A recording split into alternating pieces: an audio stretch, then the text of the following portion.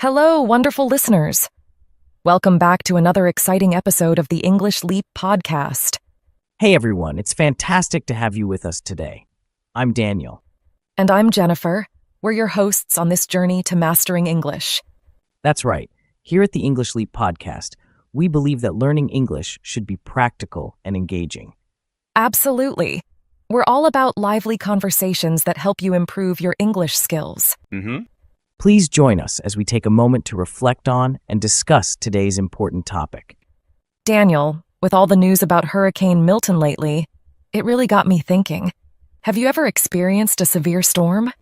You know, Jennifer, I actually have. A few years ago, I was visiting my hometown when a massive storm hit. Ouch, what was it like? Well, the wind was so strong it felt like the whole house was shaking. Trees were bending, and the rain was pouring down in sheets. That sounds terrifying. It was quite the experience. We lost power for 3 days and had to rely on candles and flashlights. It's incredible how much we take electricity for granted until it's gone. Exactly. But you know, with all the news about Hurricane Milton lately, it brings back those memories. I was just thinking the same thing. Hurricane Milton has been a major event recently. Yes, and it's impacted so many people's lives. I thought it would be important for us to talk about it today. Agreed. Not only can we shed some light on what's happening, but we can also learn some new vocabulary related to hurricanes. Perfect. Let's get started. Oh, and before we continue, don't forget about the PDF for today's episode. It includes all the vocabulary, phrases, and extra tips we'll talk about today. Just click the link in the description to download it. And later on, our friend Charlotte, our vocabulary expert, will join us to break down some key words and expressions, making them easy to understand and remember. That's right. Charlotte will explain everything in a simple way. Trust me, you won't want to miss her segment. So let's talk about Hurricane Milton. It's been quite a storm, hasn't it? Absolutely. Hurricane Milton has been one of the most powerful storms we've seen in recent years. It all started as a small tropical disturbance off the west coast of Africa, right? Yes, it began as a cluster of thunderstorms that moved over the warm Atlantic waters.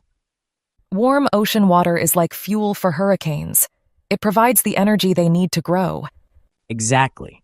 As Milton traveled westward, it gained strength and became a tropical storm. Then it intensified rapidly into a Category 4 hurricane. Category 4 means the winds were between 130 and 156 miles per hour. That's incredibly strong. Can you imagine winds that powerful? It's like having a constant roaring jet engine outside your window. It's both fascinating and terrifying. Meteorologists, the weather scientists, were closely monitoring Milton's development. They were. Satellite images showed the storm's eye becoming more defined, which is a sign of strengthening. The eye of the hurricane is the calm center, surrounded by the eye wall where the most intense weather occurs. Right. Initially, forecasts predicted that Milton might curve north and miss land altogether. But then, due to changes in atmospheric conditions, it shifted direction toward the coast. That must have been alarming for the people living in its path. Indeed, coastal communities had to act fast to prepare. You know, Daniel, when I think about Hurricane Milton and the impact it had, it's almost hard to wrap my head around. The scale of it all is just unimaginable. It really is, Jennifer. There's a deep sadness when you see the places it hit hardest. It's like the heart of those communities has been torn out. Absolutely. The destruction is just so vast. The storm was merciless, tearing through everything in its path with fierce anger. Exactly. It left whole communities in ruins. So many homes and places were badly damaged. And it wasn't just the homes. Power lines were knocked down too, leaving thousands in the dark for days. Right. And it wasn't just power outages. The roads were flooded, blocked by debris. That made rescue efforts even more difficult. The pictures of families displaced from their homes, communities torn apart. It's really hard to watch. It is. And sadly, lives were lost too. That's the most painful part of all. It really breaks my heart. Our thoughts are with everyone going through this right now. Absolutely. And while we focus on the human impact, we can't forget the toll this took on the environment too. Exactly. Wetlands, wildlife habitats, all severely disrupted. This damage goes deeper than just what we see on the surface. And it's going to take years for nature to bounce back from something like this. Even with all the destruction, though, I have to say it's inspiring to see the way people have come together. The emergency response teams have been incredible. Oh, for sure. Local authorities acted fast, issuing evacuation orders before the storm even hit. Yeah, and for those who might not know, evacuation means people were told to leave their homes to stay safe. Exactly, and a lot of people found safety in shelters that were set up by the government and various charities. And those emergency teams? They've been working around the clock. Absolutely. You've got rescue teams using boats and helicopters to reach people who were stranded. It's amazing work.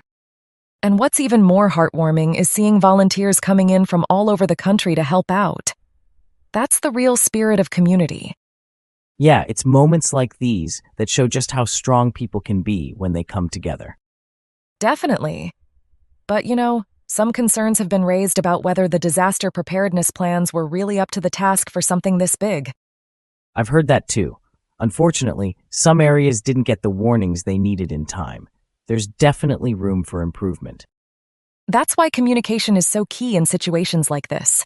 Absolutely. If we can improve how we prepare and respond, we can save lives and minimize damage. Speaking of preparation, Daniel, what do you think about how storms like Milton are getting more intense? It seems like hurricanes are getting stronger every year. That's a great question, Jennifer. A lot of scientists are saying climate change is a major factor behind the increasing severity and frequency of these storms. It makes sense with ocean temperatures rising. Warmer waters fuel stronger storms, right? Exactly. And don't forget, rising sea levels make storm surges even more dangerous. It feels like Hurricane Milton is a sign of these changes we're starting to see, right in front of us. No doubt about it. It's a wake-up call. We need to take climate change seriously because storms like this aren't going away. And we all play a role, don't we? Even small changes can help. Totally. Things like using less energy, recycling more. These small actions add up. You nailed it, Daniel. As we were talking about Hurricane Milton earlier, I couldn't stop thinking about some of the amazing stories coming out of the affected areas. Same here. The bravery and resilience of people. It's been so inspiring to hear about. People like those who stayed behind during the storm to take care of others, those rescuing families trapped in their homes, and volunteers who organized support for those in need. That's the spirit that gets communities through tough times. Everyone pitching in, doing whatever they can. Exactly. These stories show us the human side of these disasters, and they remind us of the power of compassion and unity. But beyond the personal stories, we can't forget about the economic toll this hurricane has left behind. Yeah, rebuilding after something like this is no small feat. So many businesses have been destroyed, and it's going to take a long time for them to recover. Local shops, restaurants, they're all struggling just to get back on their feet. And it's not just the business owners who are hurting. Their employees are now out of work, with no income coming in. It's tough for everyone. Insurance companies are dealing with more claims than they can handle. And some people didn't even have insurance, which is just heartbreaking. The real estate market's been hit hard too. Property values have plummeted in the wake of the storm. It's going to be a long road to recovery. A lot of patience and resilience will be needed. Speaking of resilience, have you noticed how the media's been covering all this? Oh, for sure. It's been all over the news. And social media? It's just nonstop updates, photos, videos, people sharing in real time.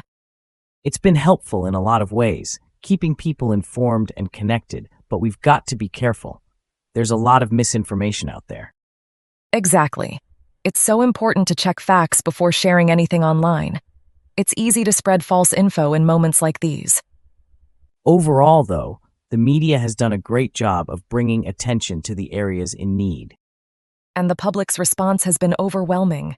Donations, supplies, people are really stepping up to help. It's always heartwarming to see that kind of generosity during times of crisis. Absolutely. It reminds us that even in the hardest times, people are capable of so much kindness. But it also raises an important question. What lessons can we learn from Hurricane Milton? One important lesson is the need for better emergency planning. While the response has been admirable, we have to ask ourselves if we could have done more to prepare. Were there enough shelters? Did people have access to the right information early enough to evacuate safely? Yes, having clear evacuation routes and plans is crucial. In some cases, evacuation orders came late, or people didn't know where to go. Making sure that people know what to do and where to go in advance can save lives. And then there's the issue of infrastructure. Improving the infrastructure to withstand storms can save lives and reduce damage. For example, stronger buildings, flood defenses, and even better drainage systems could prevent the kind of widespread destruction we've seen. Exactly. Coastal areas in particular need to be designed to resist the power of these storms. If we can strengthen homes, roads, and power grids, we can limit the damage. Early warning systems also need to be effective. Technology has improved, but there are still gaps in communication. Getting information to people as quickly as possible can be the difference between life and death. And educating people on how to prepare is essential. People need to know how to respond to a storm, whether it's evacuating or preparing their homes for the worst. More public awareness campaigns could really help. But beyond the immediate lessons, we also need to think about the bigger picture: climate change. Some scientists say it could be making hurricanes stronger and more frequent. That's a point that's hard to ignore. Warmer ocean temperatures and rising sea levels seem to be contributing to the intensity of storms like Hurricane Milton. Addressing environmental issues might help reduce future disasters. If we don't act on climate change, we could be facing more hurricanes of this magnitude in the future. It's a wake-up call that we need to take seriously. We all have a part to play in protecting our planet. Even small actions, like reducing energy use, recycling, and supporting renewable energy, can make a difference. It's about making responsible choices now to protect the future. Well said, Daniel. It's a collective responsibility, and we can all contribute. I hope we can learn from this disaster and be better prepared for the future. Me too. It's important for everyone's safety, and we owe it to the next generation to make sure they inherit a safer, more resilient world. Now, before we wrap up, let's bring in Charlotte for the vocabulary breakdown. That's right. Charlotte will explain some of the key words and phrases we use today. Thanks, Jennifer and Daniel. Hi, everyone. Let's go over a few keywords from today's conversation that can help you improve your English. Hurricane. Meaning, a powerful storm with strong winds and heavy rain. Example, Hurricane Milton caused severe damage to the coastal town. Tropical disturbance. Meaning, a weather system with organized thunderstorms, usually in the tropics, which can develop into a hurricane. Example, a tropical disturbance off the coast of Africa turned into a major hurricane within days. Storm surge. Meaning, an abnormal rise of water generated by a storm over and above the predicted tides. Example, the storm surge from the hurricane caused severe flooding in coastal areas. Meteorologists. Meaning, scientists who study weather and climate. Example, meteorologists closely monitored the storm as it approached the coast. Eye of the hurricane. Meaning, the calm center of a hurricane surrounded by the most intense part of the storm. Example, the eye of the hurricane passed directly over the city, bringing a brief period of calm. Eye wall. Meaning, the area surrounding the eye of the storm where the most intense wind and rain occur.